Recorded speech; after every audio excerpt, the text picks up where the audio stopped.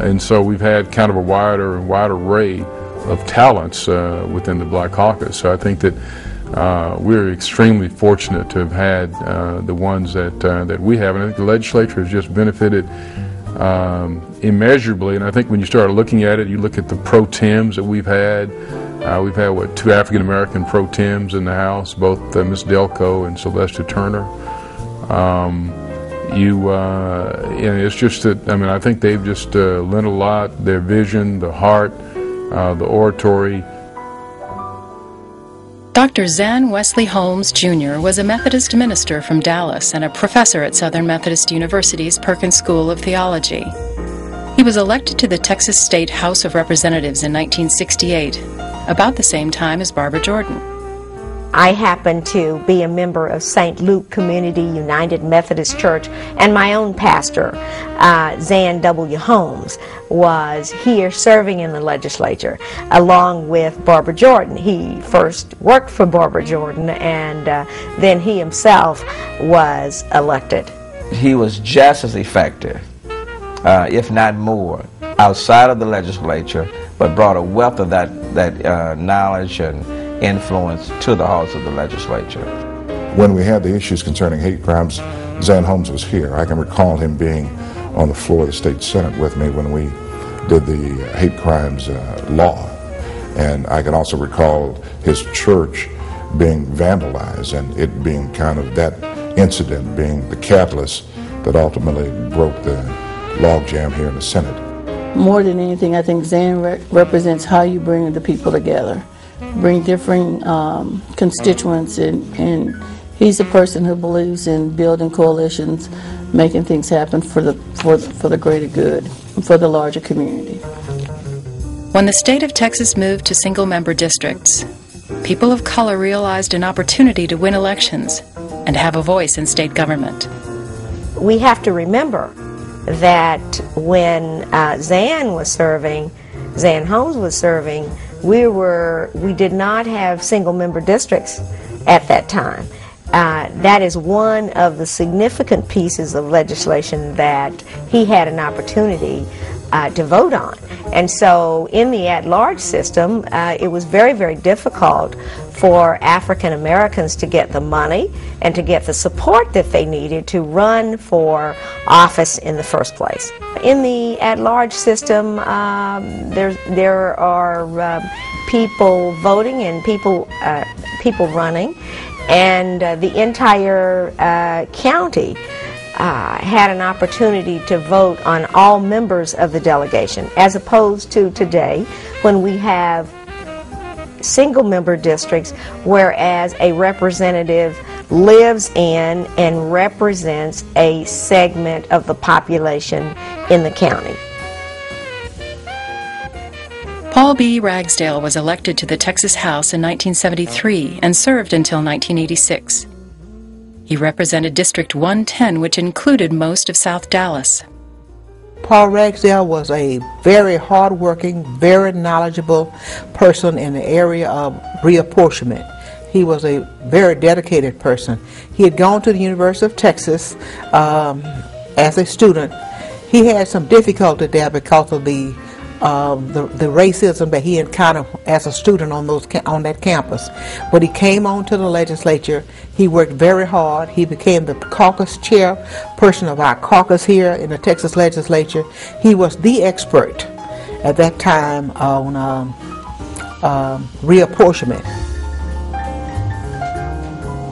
Another African-American legislator from Dallas was Eddie Bernice Johnson, who was elected to the Texas House in 1972.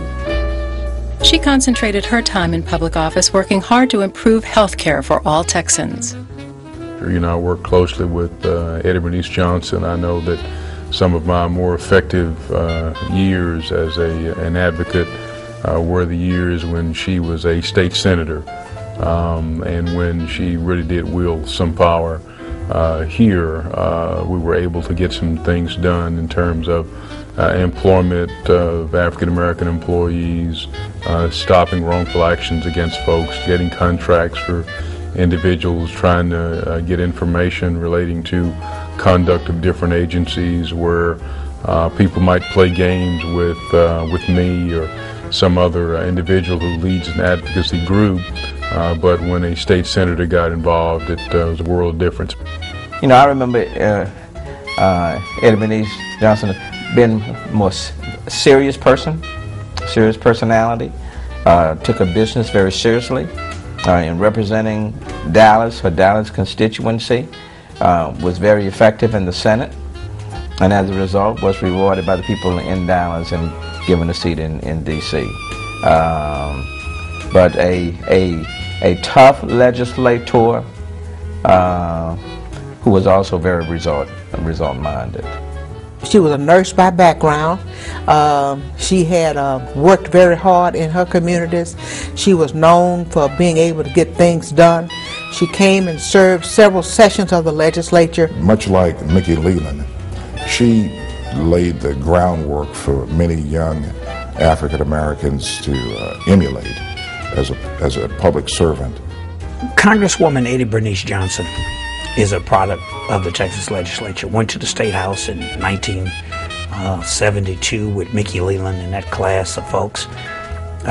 Went on to the State Senate, served as administrative for the Department of Health, Education, and Welfare between her stint in the State House and then going to the State Senate. In Congress, became chair of the Congressional Black Caucus, very much a consensus builder. Very much in many ways comparable to a Barbara Jordan in her part of the state.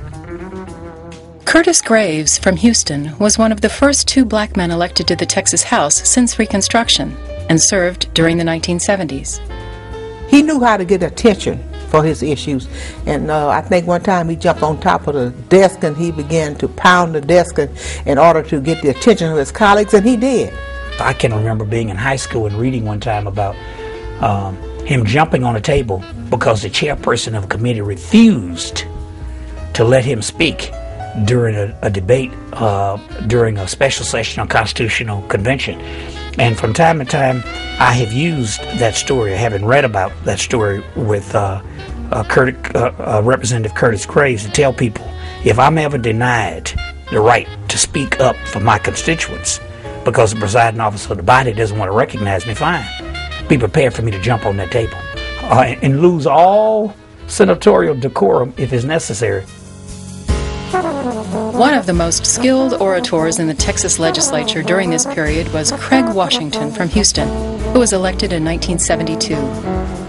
Craig Washington was quite articulate, different style, certainly a different style than Mickey Leland. Maybe if you had to put someone between maybe Barbara Jordan and Mickey, you might want to put Craig. Craig had his own style.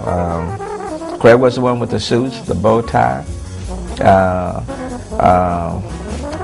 the intellectual. When I think of Craig Washington, I think about an advocate for the people and an advocate that made certain that he put the interests of the people above all other interests. And based on what I was told before I even came to the halls of the legislature, could speak, or when he did speak, could change people's votes right there on the floor. That's a rarity. Craig is probably as great an orator as you'll ever want to find. And Craig, and I mean this in the right way, Craig had been Anglo, you'd probably be reading about him in all kinds of national lawyer magazines. For African Americans who came to Austin, Texas in the 60s, they were bringing an insight to the Capitol that hadn't existed for a while.